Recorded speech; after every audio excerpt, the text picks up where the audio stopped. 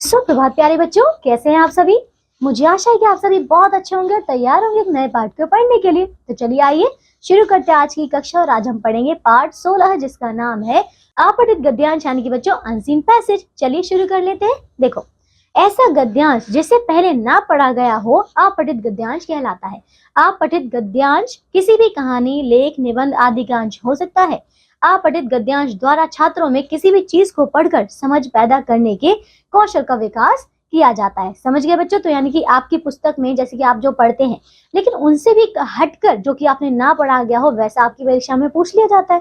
तो यही होते हैं अपठित गद्यांश। ठीक है, अपठित गद्यांश में से कुछ प्रश्न पूछे जाते हैं जिनका जवाब गद्यांश को अच्छी तरह से पढ़ कर दिया जाता है। ठीक है, अपठित गद्यांश के प्रश्नों के जवाब देने के लिए ध्यान देने योग्य मुख्य बातें। देखो, ये बच्चों पहला कि गद्यांश को 2-3 बार पढ़ना चाहिए। दूसरा, प्रश्नों के उत्तर गद्यांश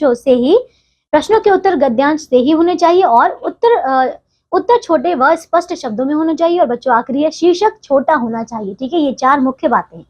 देश विदेश की अनेक गणमान्य विभूतियां स्वतंत्रता दिवस पर सम्मिलित होती हैं। ठीक है, भारत की आजादी को पाने के लिए कितने ही स्वतंत्रता सेनानी शहीद हुए। सरदार भगत सिंह, चंद्रशेखर आजाद, राम प्रसाद बिस्मिल, लाला लाजपत राय की कुर्बानी भला कोई भूल सकता है। महात्मा गांधी के असहयोग आंदोलन और भारत छोड़ो आंदोलन ने तो अंग्रेजी सरकार के पैर उखाड़ दिए थे। गांधी जी के लिए कहा जाता है, दे दी हमें आजादी बिना खड़क बिना ढाल, साबरमती के संत तूने कर दिया कमाल।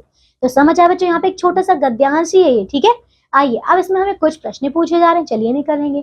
उपयुक्त गद्यांश के आधार पर प्रश्नों के उत्तर दो। बच्चों पहला इसमें प्रश्न में पूछा गया है, देश विदेश की गणमान्य विभूतियां किस अवसर पर सम्मिलित होती हैं। बच्चों देखिए इसका उत्तर भी है, देश विदेश की गणमान्य विभूतियां स्वतंत्रता दिवस पर सम्मिलित होती हैं, जैसे कि हमें गद्यांश में दिया गया था, है ना। इसी से इसका उत्तर है। दूसरा क्या है, स्वतंत्रता सेनानी किस लिए शहीद हुए। बच्चों देखो, स्वतंत्रता सेनानी भारत की आजादी के लिए शहीद हुए, है ना। ये भी तो इसी में है, ये देखिए भारत की आजादी के लिए, है ना। बच्चों तीसरा प्रश्न है, किन किन आंदोलनों ने अंग्रेजी सरकार के पैर उखाड़ दिए। बच्चों इसका उत्तर हो जाएगा असहयोग आंदोलन और भारत छोड़ो आंदोलन ने अंग्रेजी सरकार के पैर उखाड़ दिए। ठीक है, फिर है बच्चों प्रश्न 4 कि गांधी जी के लिए क्या कहा जाता है। बच्चों गांधी जी के लिए कहा जाता है, दे दी हमें आजादी बिना खड़क बिना ढाल, साबरमती के संत तूने कर दिया कमाल। जैसा कि अभी हमने ऊपर गद्यांश में पढ़ा था, ये वहीं से तो लिया गया उत्तर। ठीक है ना।